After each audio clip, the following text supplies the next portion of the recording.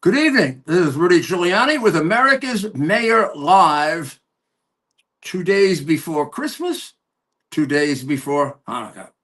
And we come to you on a day and a period of time where the whole world seems to be in some kind of I well, there seems to be some crazy thing going on, some dangerous thing, some violent thing going on all over the world. And this Biden administration and the Biden cabal, really, because it's hard to know who's running things, is coming to a horrendous end. It was hard to believe that it could get worse, but we've got wars going on in Europe, and we've got wars going on in the Middle East. We have terror attacks in Germany. We have the subway burned up in New York. You've got cities all throughout America with more crime than ever before. Cities that are being destroyed. And we have the strangest, weirdest, most perverted things going on. People are fighting over what does it mean to be a man and a woman. Men are competing in female sports, including even boxing. And if you question it, you're considered to be the strange one. Well, maybe Christmas is just what we need, huh? The birth of Christ. When I say Christmas, well, in Germany, there was a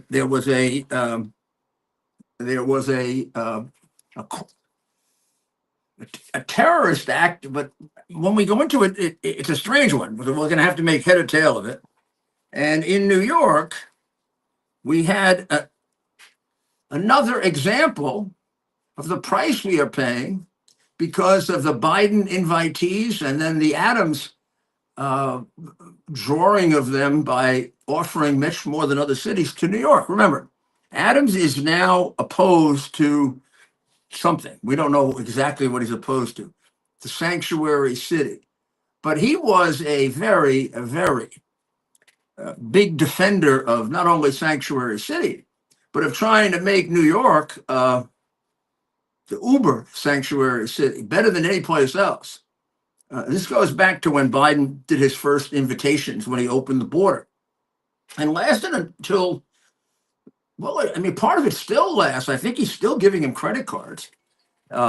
He was promising them more than they got in other cities, and was telling them that New York is the most friendly city to immigrants, not really making the distinction between fully and completely legal immigrants, and the wide open border that attracted even more criminal elements than you would normally have with illegal immigration, because there's usually some kind of vetting.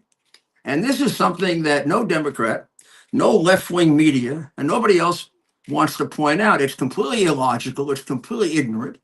And it has to be on purpose.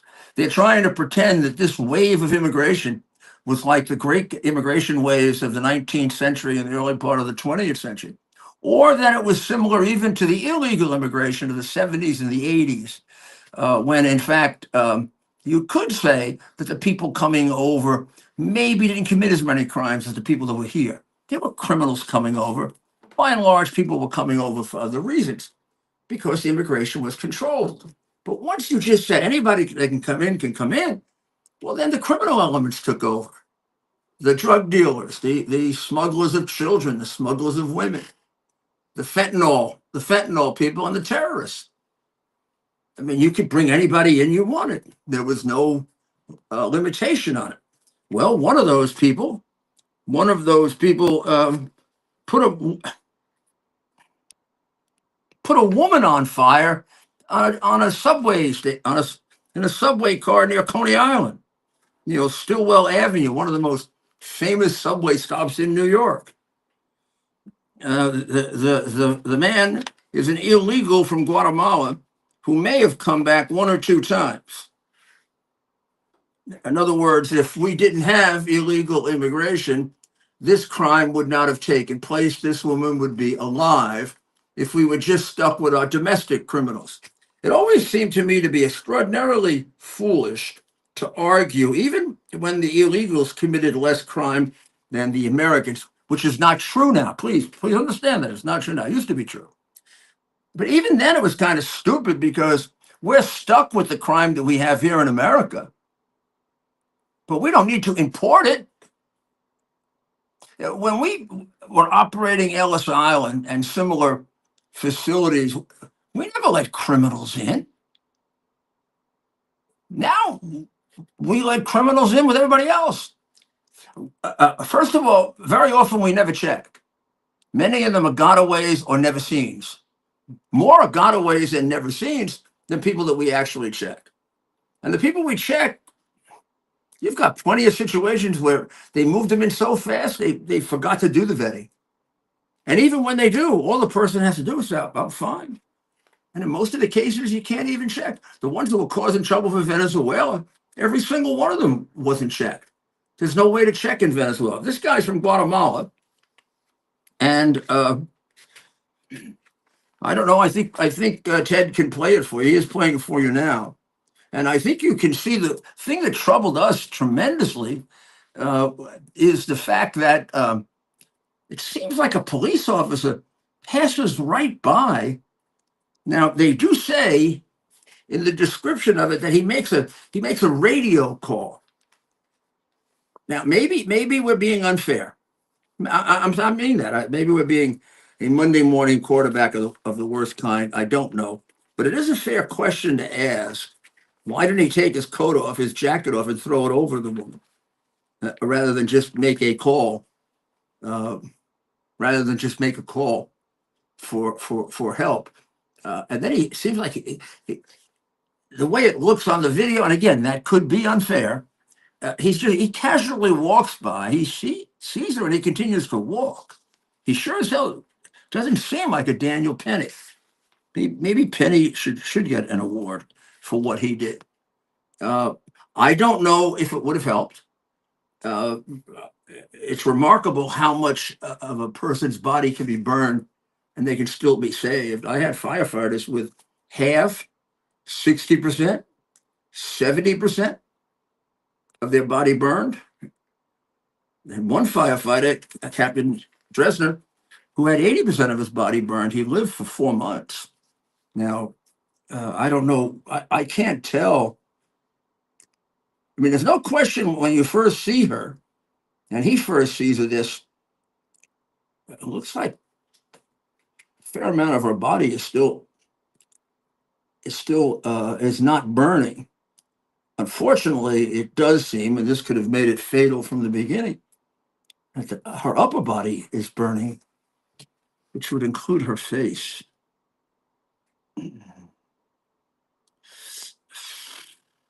Well, he got away. The killer got away, but he was caught. He was caught on another subway train, not very, very far away at Herald Square. Well, it is far away, actually. Think about it. And when they found him, he was wearing the same gray hoodie, the wool hat, and paint spattered pants that he had when he torched the woman. Apparently, he used a lighter to put her on fire. It does look like he did more damage. He did more damage than that. This happened in Brooklyn on Sunday morning. Innocent victim. 7:30 in the morning. The train was stopped at the Coney Island Stillwell Avenue station. They say he walked up to her and he just put her on fire. Hard to watch that. So I probably should have warned everyone beforehand about it. But when we come back, we will talk about we'll talk about Donald Trump, the expansionist. Kind of exciting. We'll be right back after this message. Okay. To celebrate the new year, we're having the biggest sale ever on overstock clearance and brand new products. For example, save 60% on our Goose Down comforters, the best comforters ever. They go perfectly with our MyPillow bed sheets and duvet covers. Save 25% on our brand new kitchen towels. They're made with the same technology as our famous My Towels. Our initial quantities are extremely low, so get them now before they go. Our seasonal flannel sheets are finally in. You save up to 50% and they sell out fast every year, so order now. They're truly the best flannel sheets you'll ever sleep on. Or save up to 80% on all our clearance items. And this is where it gets even better. For a limited time, your entire order ships absolutely free. So go to MyPillow.com or call the number on your screen. Use that promo code to get deep discounts on all MyPillow products. And for a limited time, your order...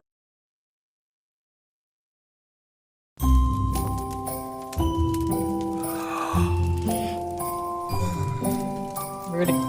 What?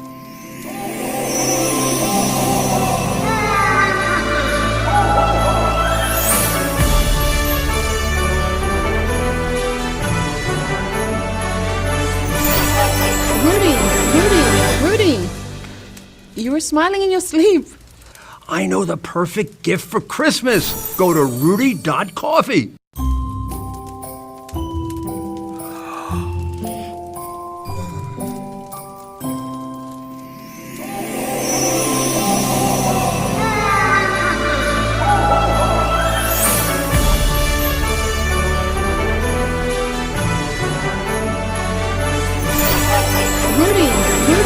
Rudy! You were smiling in your sleep. I know the perfect gift for Christmas. Go to rudy.coffee.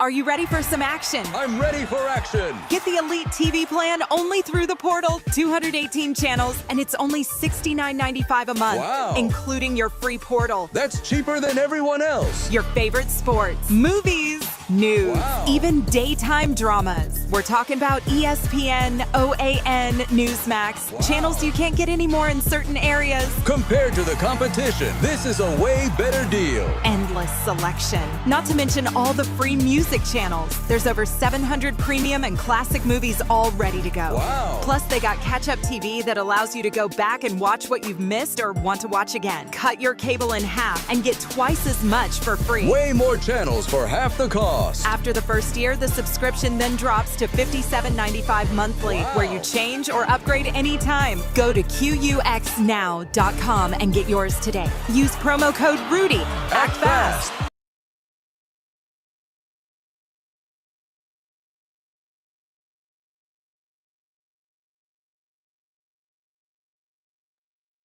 To celebrate the new year, we're having the biggest sale ever on overstock clearance and brand new products. For example, save 60% on our Goose Down comforters, the best comforters ever. They go perfectly with our MyPillow bed sheets and duvet covers.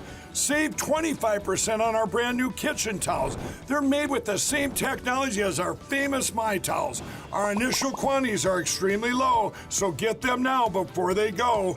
Our seasonal flannel sheets are finally in. You save up to 50% and they sell out fast every year, so order now. They're truly the best flannel sheets you'll ever sleep on. Or save up to 80% on all our clearance items. And this is where it gets even better. For a limited time, your entire order ships absolutely free. So go to MyPillow.com or call the number on your screen. Use that promo code to get deep discounts on all MyPillow products. And for a limited time, your order... To celebrate the new year, we're having the biggest sale ever on overstock clearance and brand new products. For example, save 60% on our Goose Down comforters, the best comforters ever. They go perfectly with our MyPillow bed sheets and duvet covers. Save 25% on our brand new kitchen towels. They're made with the same technology as our famous My Towels. Our initial quantities are extremely low, so get them now before they go. Our seasonal flannel sheets are finally in. You save up to 50% and they sell out fast every year, so order now. They're truly the best flannel sheets you'll ever sleep on. Or save up to 80% on all our clearance items. And this is where it gets even better. For a limited time, your entire order ships absolutely free. So go to mypillow.com or call the number on your screen. Use that promo code to get deep discounts on all MyPillow products. And for a limited time, your order.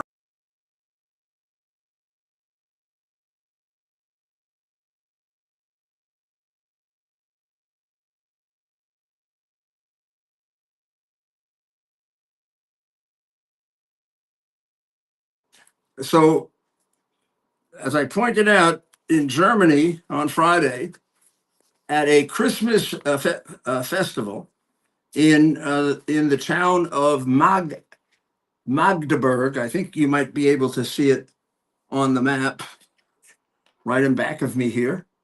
Magdeburg. I'll make it bigger for you, right there. Magdeburg. That's northern Germany. You can see it's halfway between Hanover and Berlin. So that would be in the northeastern part of Germany. I think it would have been I think it would have been in the communist part of Germany. But it doesn't really matter anymore now. In some ways, the eastern part of Germany has become more conservative in some ways than the western part of Germany, which has become sort of European atheistic and nihilistic and whatever else you want to call it, woke and silly, and Germans don't even work anymore. Well, in any event, so this Islamic man. So immediately you would think it was some form of an attack by an Islamic extremist. On Friday at about 7 p.m., went smashing with his car into one of these beautiful Christmas villages in Magdeburg. And he was Tunisian, and he drove through the, no, I'm sorry, 2016, there was a Tunisian who did this in another Christmas market in Berlin, in this case. So this is a little further west than Berlin. And this was at 7 p.m. He left 5 people dead, more than 200 wounded. And it seemed like it was a repeat of the terrorist attack of 2016. But this guy, who was a 50-year-old Saudi national named Talib al-Abdul Mohsen, had been in Germany since 2006. He was a psychiatrist, and he was very opposed to Saudi Arabia and its restrictive laws against women, its restrictive interpretation of punitive interpretation of the Muslim religion.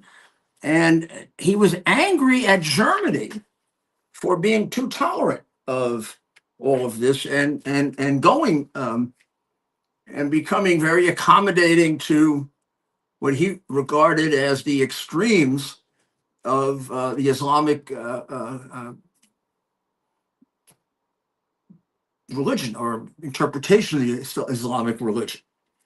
Now, why did it exactly attack a Christmas festival? I mean, obviously, we're dealing with an act that doesn't bear rational interpretation, I guess, right? But it is quite a thing to have happen at Christmas time. President Trump looks like he wants to start the negotiations with everyone over the United States being treated fairly and tariffs and everything else on the offense. I mean, there's no better defense than a good offense, I guess, and there's no better offense than a good defense.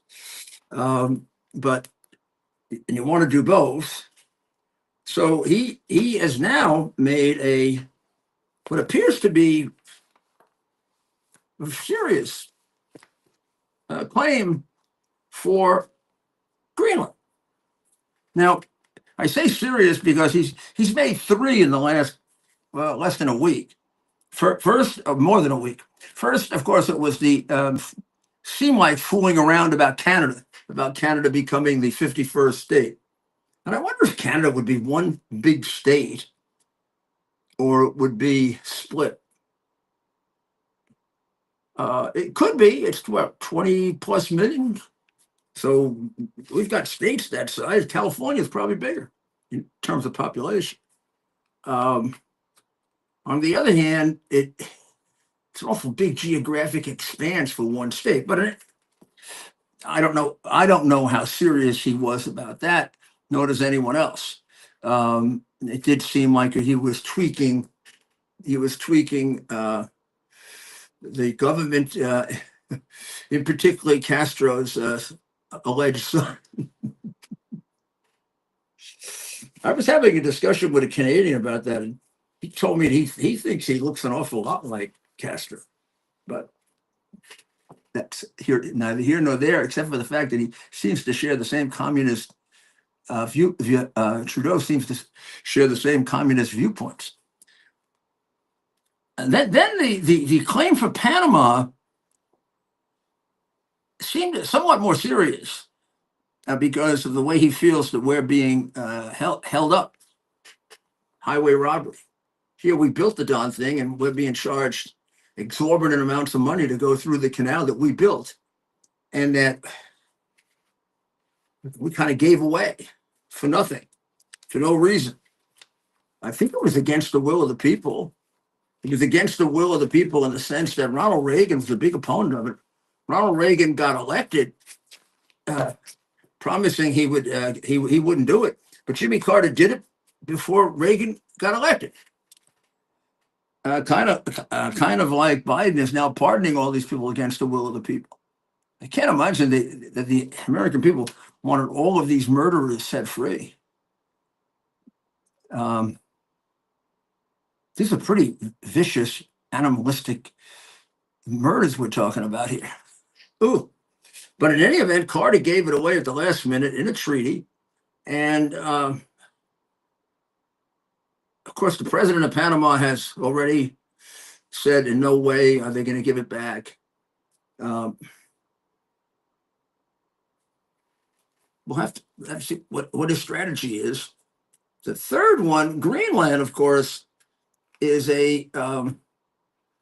would be one that would have a great deal of significance in terms of our national security.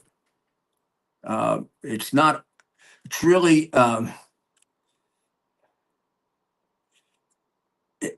it's really a protectorate, I think is the right way to describe it. It's a protectorate of Denmark.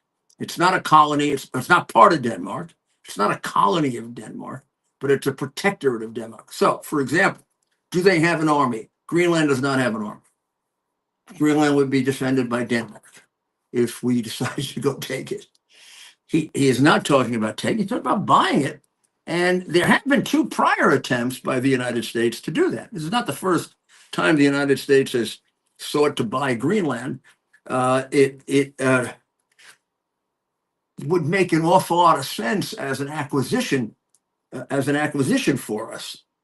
And if you want to, if you think about a possible nuclear war or aerial attack on the United States, or it certainly is in a very, very prime position to protect us with bases, and also it's a place that's become very, very popular as a vacation land. I would imagine Iceland is more popular. You know, it's strange. Iceland is green and Greenland is icy. Of the two, Iceland tends to have more moderate climate than Greenland. And the two of them, although at one time sort of vaguely connected, Iceland is a completely independent country. It was also controlled by Denmark, but they became completely independent. Whereas Greenland is part of Denmark. Now, he said nothing more than it would be in the national security interest of the United States if we controlled Denmark. And I don't think anybody disagrees with that. Question is, how do you get it? And we know that the last time he said this, the political leadership of Denmark was very opposed to it. I assume they are again. But what about the people? What about the people of Canada? Don't you? I wonder if I know in the western part of Canada, and when I say western, I don't mean the woke West, like what would be considered to be their California, Oregon, and Washington. I mean more like our West, the cowboy part, where they have the rodeo and the stampede, and they are extremely Americanized. And in the eastern part, where you have the French influence, and of course the English and American influence, that'd be a close one. Awful lot of affection for the United States. A real discouragement with their government right now. We haven't seen any polls. Wouldn't be shocked if somewhere near a majority of Canadians would want to be part of the United States. I would not be shocked. I'm not sure of that. I mean, I've never done any kind of even informal survey, but I know a lot of Canadians. I've been to Canada a lot, and it is extremely friendly to the United States, and you feel like you're in the United States. And given the problems they're having with their, I'd say, socialist, communist, silly government, you would think they'd benefit from it greatly. And we would benefit too by expanding. We'd certainly benefit with Greenland, that's for sure. And Panama, we would benefit, but only because of dollars and cents.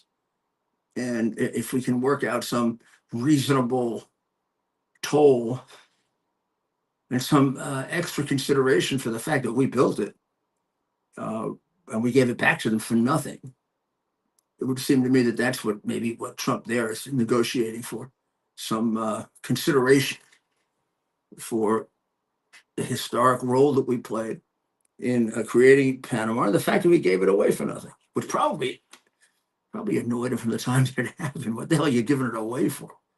You must have at least let him pay for it. So of the three of them, I would say Canada is the biggest, the most impossible situation. No, sorry. Panama is probably the most impossible situation. I think given the South American sort of irritation of the big bad Americano, it might be hard if you were doing it by a plebiscite, by a popular vote, to have the people of Panama vote to be part of the United States. I think the best place we'd have a chance of voting to be part of the United States is Canada. And I think that Greenland, I'm sorry, I've never been to Greenland, I've been to Iceland. And I don't know how, when you say Denmark, Sweden, countries like that who are going through a transformation, you are talking about countries that are pretty woke, but have gone through tremendous transformation and are in the process of rethinking a lot of that. They went through a real crisis with COVID and came to the conclusions that we came to without the censorship and persecution that went on in the United States. So it's just hard to say how that would all come out. But it's exciting. Instead of talking about, America's finished and America's over, and it's always good to go on offense. Lift your spirits. And we don't have to feel that any country wouldn't benefit by being part of us. We're the greatest country on earth. Witness the fact that we just had 20 million people come here, right? No place else. And I think in each one of those cases, you're dealing with you're dealing with adding a lot of productivity, which might be necessary given the fact that we've really hurt our productivity with the numbers that came in, and necessarily because of the open borders, the kind of people that we drew. So we'll take a short break, and we'll be right back.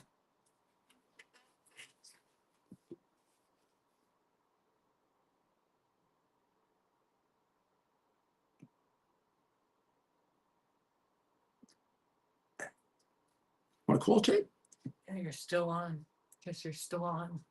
You're still on. I'm still. To celebrate the new year, we're having the biggest sale ever on overstock clearance and brand new products. For example, save 60% on our goose down comforters, the best comforters ever. They go perfectly with our MyPillow bed sheets and duvet covers. Save 25% on our brand new kitchen towels. They're made with the same technology as our famous My Towels. Our initial quantities are extremely low, so get them now before they go. Our seasonal flannel sheets are finally in. You save up to 50% and they sell out fast every year, so order now. They're truly the best flannel sheets you'll ever sleep on. Or save up to 80% on all our clearance items.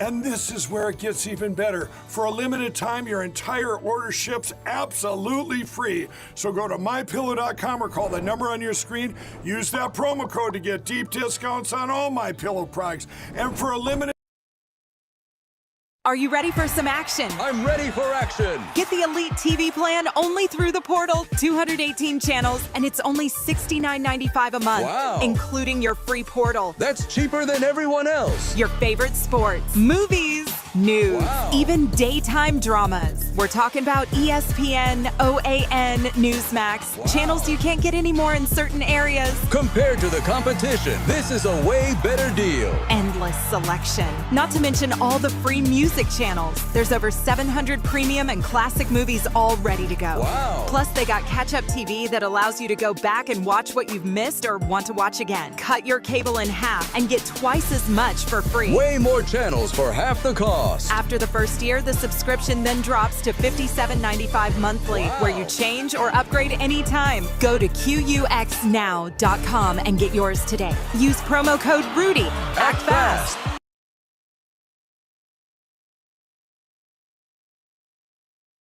This holiday season, the Tunnel to Towers Foundation is delivering dozens of mortgage-free homes to deserving recipients during its Season of Hope. Tunnel to Towers welcomed U.S. Army Captain David Christopher into its mortgage-free smart home during a prior Season of Hope.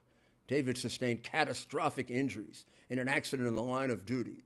During this Season of Hope, let's help all those who have sacrificed so much for us. Donate $11 a month to Tunnel to Towers at T2T.org.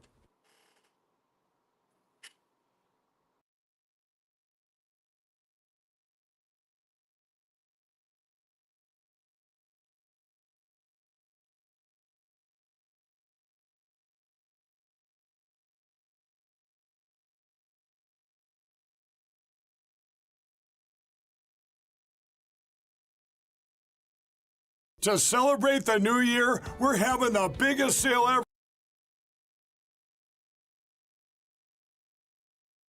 Back on. You're on. This is Rudy Giuliani, and I am back with America's Mayor Live. And unfortunately, the screen is not bright enough for me to show. I wanted to show.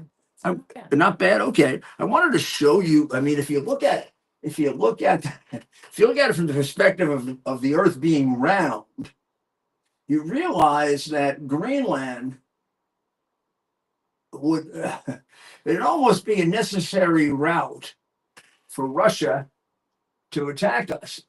Now, I know you're going to say, well, they could attack us over the Arctic Circle from China coming the other way. There's the Arctic Circle. Greenland is very close to Russia in two ways, this way and that way. I mean, you can fly over the Arctic Circle. So it is a very, very prime position. And, used to be Iceland, of course, used to be the stopping off point for the transatlantic flights before they all became, one-stop shopping. They used to be a very famous, very inexpensive way to go to Europe on Icelandic Airlines. Yeah, but you would have a stopover in Iceland. And many kids, I never quite did. I almost did it a few times. Some of my friends did. And a lot of kids went to Europe the first time that way because you'd get a much big reduced rate if you did a stopover in Iceland. So I never did that. Even when I went over to Israel because of the bombing, and I went over with Governor Pataki and Mike Bloomberg. We stopped in Ireland. We went a little bit further. We used Donald Trump's plane, believe it or not. Wonder how Mike Bloomberg feels about that now.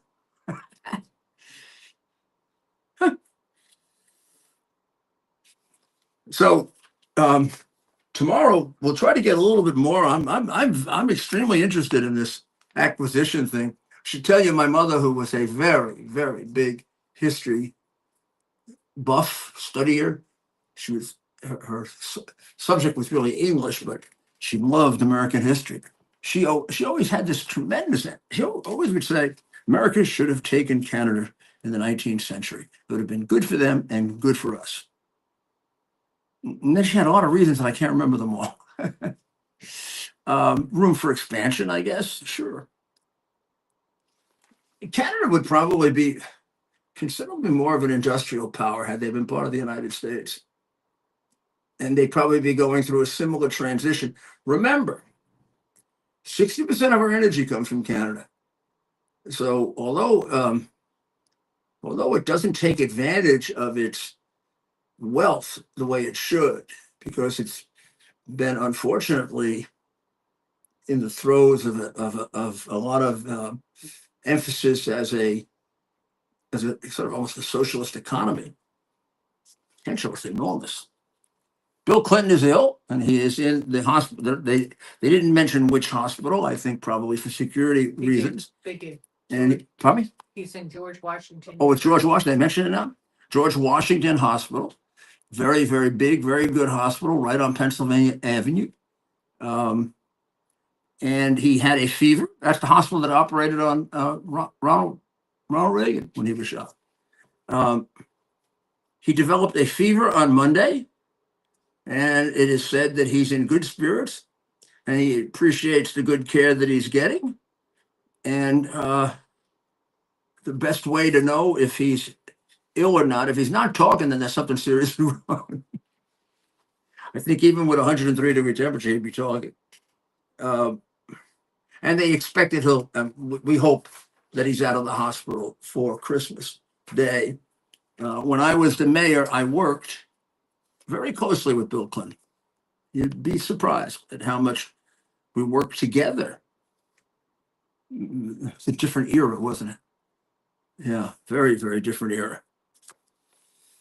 Well, I want to end tonight on a good note because we're going into Christmas Eve, but I have to talk about the Biden pardons. I can't let this go by. What else is he going to do that proves to us he's an awful man? I think, if I have this correct, he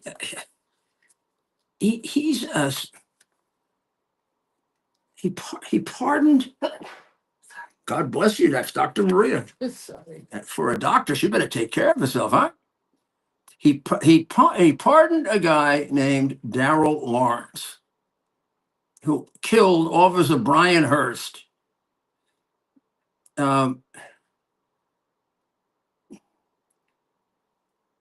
In cold blood. Now, I believe he killed him in 2005, and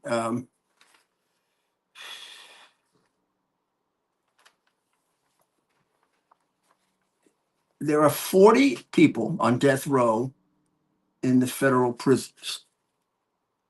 He pardoned 37 of them. The only 3 that he didn't, there were political reasons for not doing it. Now, he shouldn't have pardoned any of them. But what a horrible human being he is. He didn't pardon the Boston Marathon killer, but he pardoned people who killed little children. He pardoned a guy who killed a cop. I'm not making an argument for pardoning. He commuted. He commuted who? Tell us, doctor. He's commuting, not pardoning. Oh, yeah. He's commuting, which, he's commuting their sentence, which means maybe they have to serve life. Maybe they don't. Commuting can mean they let them out of prison too. Remember, please, the minute you take a sentence and it's not death, the odds are they're getting out. In New York, since 2019, 28 police killers have been released by a combination of Cuomo and Hochul. 28 released to the city of New York or the state of New York. 28. That's a lot. And in New York, there's no such thing as life in prison. I don't know if all of them will get out. I imagine almost all of them will get out if some of them aren't getting out right away. But he kept the Boston Marathon guy there because politically that'd be a tough one to he'd be finished. There'd just be another Democrat city that would turn against him, Boston, right? And the other 2 also, I think, have very serious political ramifications for him.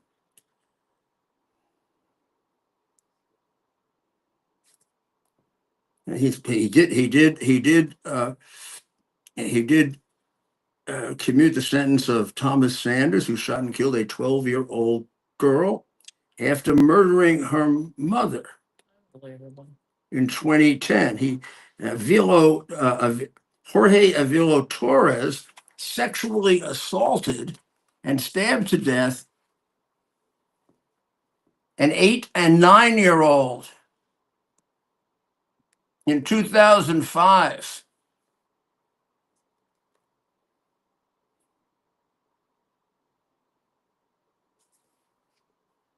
In the case of Lawrence, the one who killed the police officer, the prosecutor said it was done.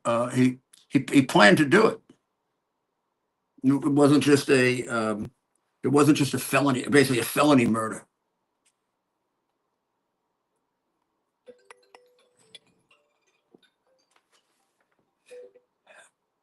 What else are you going to do?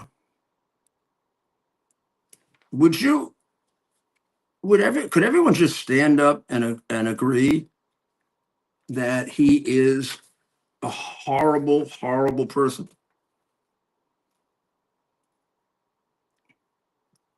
A horrible human being.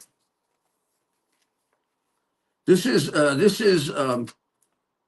and the family, of course, the families affected by this, those children, the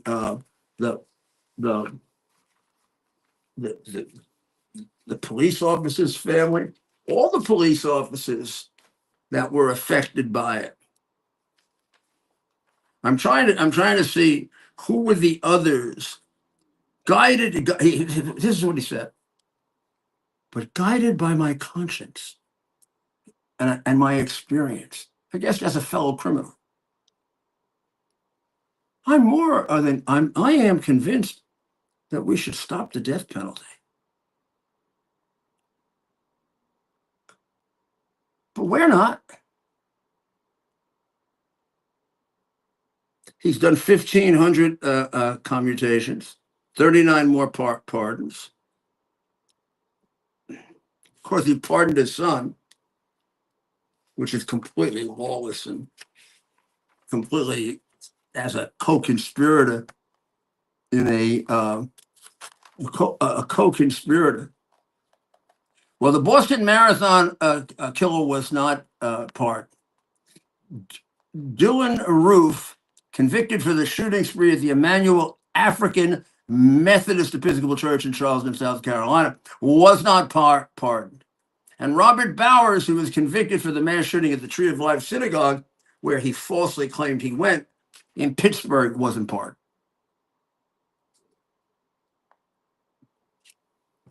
In each case, there's a political constituency involved, right? Democratic Boston, the black vote, the Jewish vote. Now, I think that they all should be fried. Bye-bye. But I'm sure that I can't go through every single one of them. I don't know if there aren't any here that aren't worthy.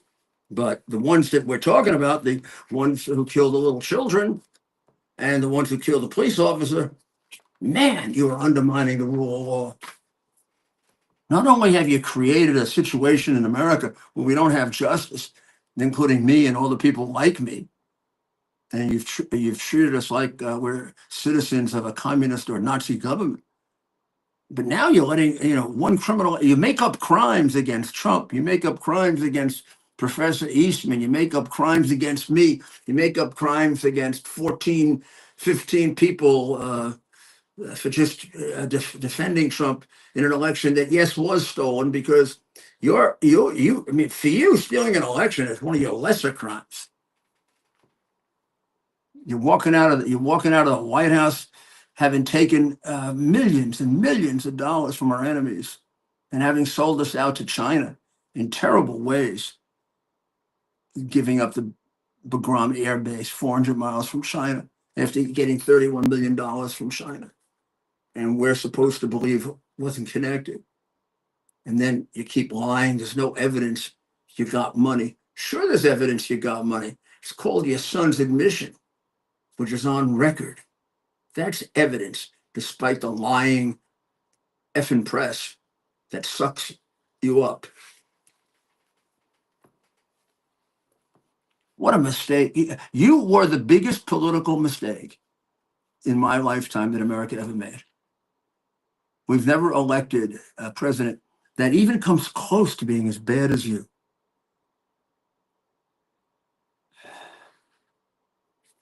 Here you are, like hiding somewhere. You take a month to respond, Biden, to the drones. You give an explanation that is patently false. You leave the American people with no explanation. Trump has allowed, as if it were a foreign power, you would do something about it. And because Trump said it, I would say maybe he has some information about it, and therefore he wants people to understand that we're not in as much jeopardy as we think. On the other hand, he hasn't given a reason, and whatever it is, it's just very, very hard to believe that it's that sensitive, that there isn't a method or a way in which it can't be disclosed to allay people's fears. And maybe something tragic is going to happen as a result of this. Somebody's going to shoot down something they shouldn't shoot down, or the president is supposed to be open with the American people. Do you have any idea what the word transparent means? Huh? Transparent. I could write it out for you. Well, I feel very, very bad that one of the best baseball players I ever saw died on Friday at the age of only 65. And that was Rickey Henderson. Rickey Henderson was one of those few ball players, whether you rooted for him or you didn't, and I rooted against him and I rooted for him because he played a lot of his career for Oakland, more of his career for Oakland than any place else. But he played some of his career with the Yankees, and I think he ended it with the Mets. And he was stealing bases in his 40s. Not just, I mean, stealing bases prolifically in his 40s. I mean, but there was a time where he could do everything. He could, he's a great, great center fielder. He was the best base stealer in baseball. He had power for a, they describe him here, Jason Gay, who wrote a beautiful, beautiful, it's not really a eulogy. It's not really a eulogy. It's sort of a wonderful, wonderful story about what an exceptional talent he was. And a very interesting guy. Remember how close he was to Billy Martin? That's how I got to know him when he played for the Yankees in the 80s. And he said Rickey was an offensive nightmare. You couldn't help but put him on. And once he was on, he was going and going and gone. You know where he was going, and it didn't matter. He wore out pitches and catches mentally as much as physically. He was a Michelangelo of making something out of nothing. Rickey once stole 5 bases and scored 4 runs in a game in which he went 0 for 0. He didn't get a hit. He walked 4 times. He walked 4 times and he scored 4 runs without ever getting a hit. But, oh yeah, he could hit 2. He wound up with 297 career home runs. 4, as I said, a relatively small man, but massive forearms, if I recall correctly. Very, very powerful forearms. 81 of his home runs was leading off the game. Isn't that great? Right from the start, you know, you come out, you're ready to go, you're the pitcher, you finish your warm-up, and the first guy hits the ball over the fence.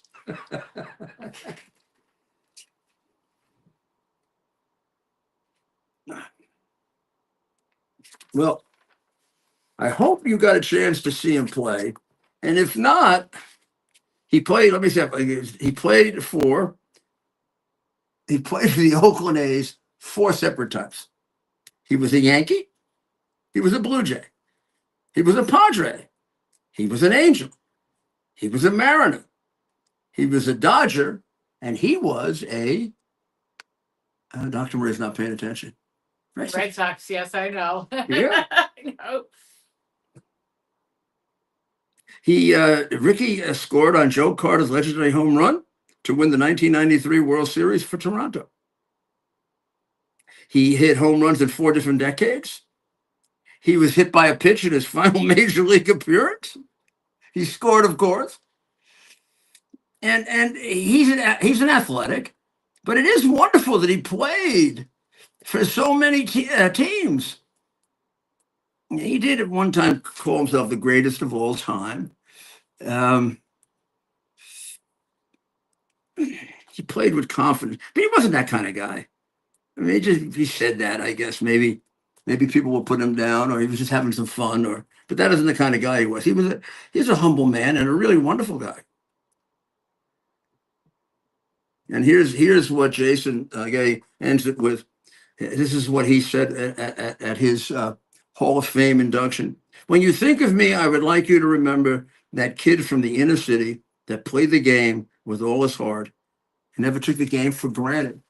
Boy, is that true. When you see guys that don't run it out to first base, if you were on his team, he'd give you a little kick in the backside. He or Billy Martin would. Very, very close to Billy. And played really well for Billy. I think that's one of the reasons the Yankees traded for him. So God, you take care of Rickey and make sure he gets a prime place on your all-star team up there in heaven. They get to play in the Field of Dreams, right? Remember, they all come out of the corn. I'm going to watch that movie after Christmas is over. I'm into watching Christmas movies now. Watched the Nativity the other night. It's just about the story of Mary's birth, virgin birth, and the Magi and the shepherds, and eventually the flight into Egypt. So here we are coming upon 2 wonderful feasts, And as we close, we'll say a few things about them just to remind you what to think about. I know I'm going to close on time because you may still have some Christmas shopping to do, or you may be watching it as a podcast, and I don't want to interrupt your Christmas shopping tomorrow if you're in the car. But the feast of Hanukkah, of course, is a much older feast, and it isn't the central feast in the Jewish religion. I would say the High Holy Days is really this like the central holy time with the New Year and with Yom Kippur. But this is a very important feast at various times in Jewish history. It's been more important than others, and it's probably the most important. Like when they're in situations like this, because people think of the Jews as being subjugated. Well, the Maccabees weren't subjugated. They won a war against all odds, and then and they reclaimed the temple, the great temple, which is now the source of so much friction with the Arabs, with the Islamics. The temple is right, the ancient temple, which is the temple that they won back, the Maccabees won back. And the reason for the miracle of Hanukkah is when they won it back, they had to clean up the temple and remove all the graven images in the temple that had been put there by pagans who worshipped the sun and the moon and animals and whatever. So they had to remove all that because graven images, of course, were a big issue in that era because there were so many of these pagan religions that worshipped strange things. So they cleaned up the temple and they wanted to rededicate it. And they were going to have a ceremony for 7 or 8 nights. And they had to they wanted to light a candle for every night, but they only had oil for one night. So they lit the first candle the first night, and then all of a sudden, miraculously, the oil appeared for all 8 nights. God granted them the oil because of their victory. So that's why they have. We'll do it on Hanukkah night. They have a menorah. So the 1, 2, 3, 4, 5, 6, 7. So each night they light one candle. They have a main candle, and then each night they light one candle. Oh, can't see it? There. That beautiful? It's called a menorah. That's called a menorah. And over each of these nights, gifts are given, exchanged, and there's a little toy called a dreidel that children play with, and there are special Hanukkah cookies, and the food is wonderful. I've been to several Hanukkah feasts. It doesn't always come exactly at the time. It doesn't always come on Christmas Day. Maybe every 12 years, it's 2 different calendars that are used to determine. Well, Christmas is on a fixed day, but Hanukkah, like Easter, works on a liturgical calendar. And then, of course, tomorrow is a solemn day. Christmas Eve, always a very solemn day, particularly as you get into the evening. And this is an important Christmas, but they're all important. But I do think there's an opportunity this Christmas to bring God back. Let let's have him born in the United States again, huh?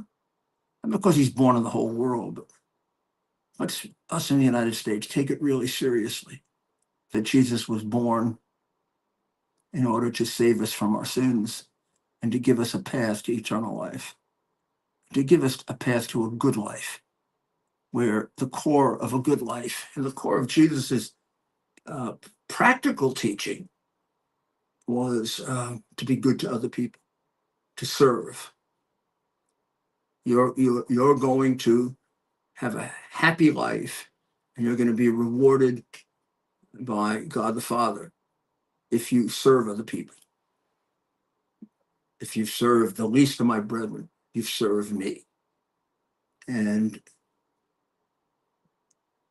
it's a complete contradiction to the to the nihilism and the selfishness and the desire to have everything for yourself, that it afflicts our world, that has been, whether it knows it or not, taken over by Marxism. Because Marxism is the antithesis of Christianity, not only as an atheist versus belief in God, but totally contrary moral systems. Whereas Christianity and Judaism, which have the same core moral system, originally based on the Ten Commandments, is a religion that teaches you to live by principle. That there are principles that are more important than your own happiness and your own safety. In Marxism, there's nothing more important. Well, there is something more important than you, and that's the state. But to get you to that point, they want you to give up everything else, including your parents. And you can see that. You can see that.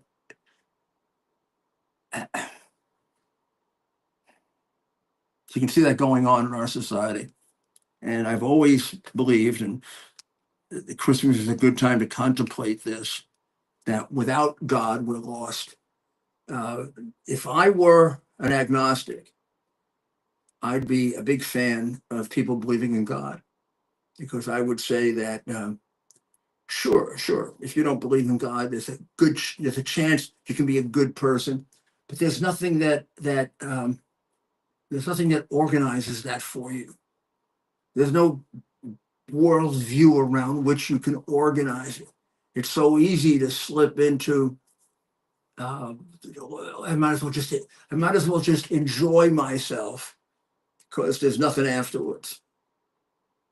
And when the view is that this is something much bigger, a lot of things happen.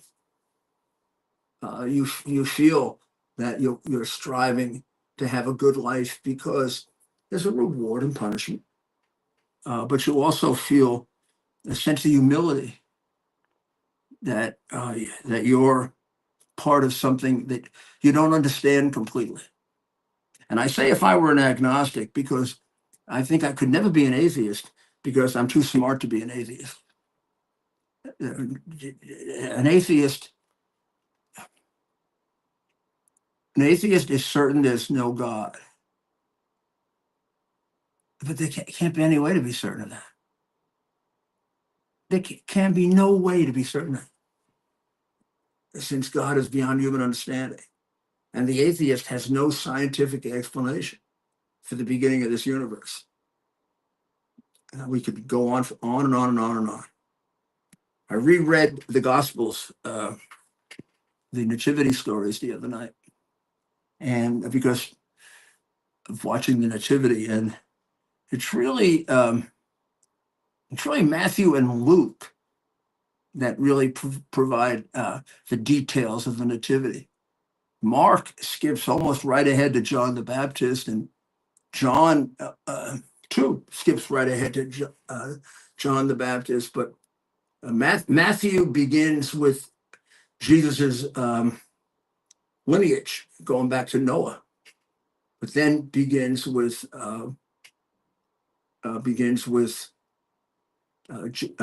Jesus and the Immaculate Conception of the Mother Mary and the story of Jesus's birth and the flight into Egypt. And Luke, of course, has the famous midnight mass gospel about their all being called to their home country by Caesar well, it's sometimes translated as to pay taxes or to register to pay taxes. But Caesar wanted a census of his empire. And that forced Joseph to go from northern Israel to southern Israel because he was from Bethlehem. And that's what Christmas Eve is all about.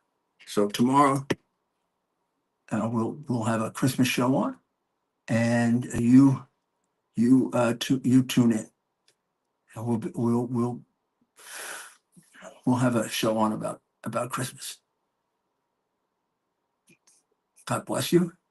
God bless America.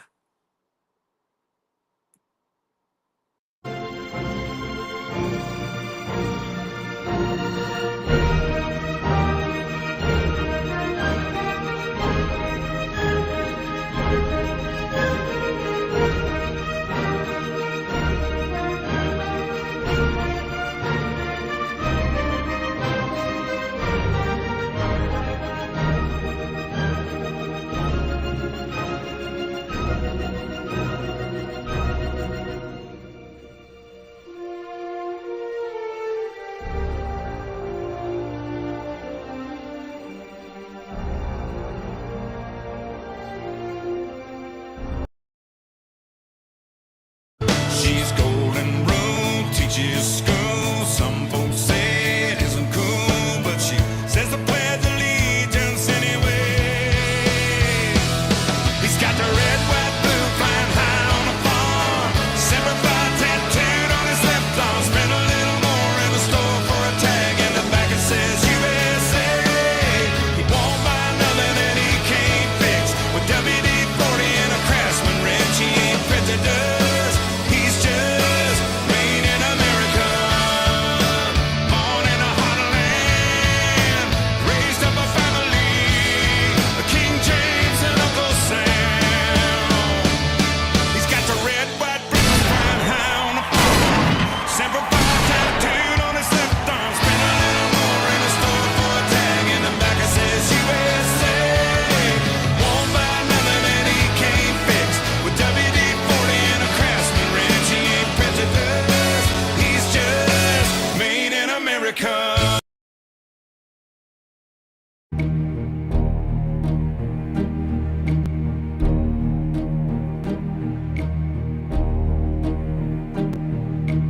Who can say where the road goes, where the day flows?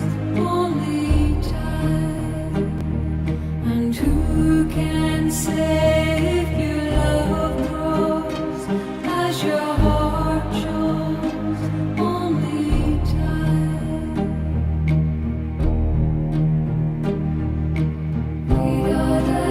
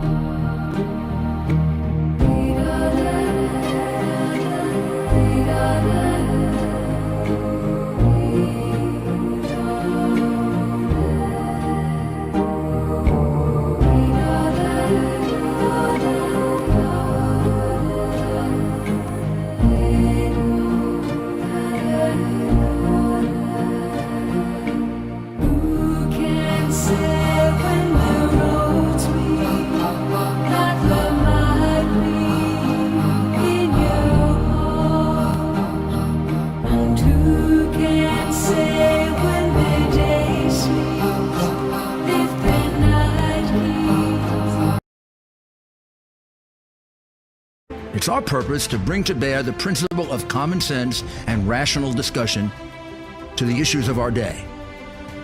America was created at a time of great turmoil, tremendous disagreements, anger, hatred.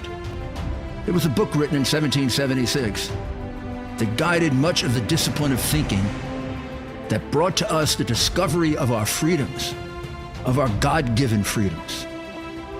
It was Thomas Paine's Common Sense, written in 1776, one of the first American bestsellers, in which Thomas Paine explained, by rational principles, the reason why these small colonies felt the necessity to separate from the Kingdom of Great Britain and the King of England. He explained their inherent desire for liberty, for freedom, freedom of religion, freedom of speech, the ability to select the people who govern them. And he explained it in ways that were understandable to all the people, not just the elite. Because the desire for freedom is universal. The desire for freedom adheres in the human mind, and it is part of the human soul. This is exactly the time we should consult our history. Look at what we've done in the past and see if we can't use it to help us now. We understand that our founders created the greatest country in the history of the world, the greatest democracy, the freest country, a country that has taken more people out of poverty than any country ever. All of us are so fortunate to be Americans. But a great deal of the reason for America's constant ability to self-improve is because we're able to reason, we're able to talk, we're able to analyze. We are able to apply our God-given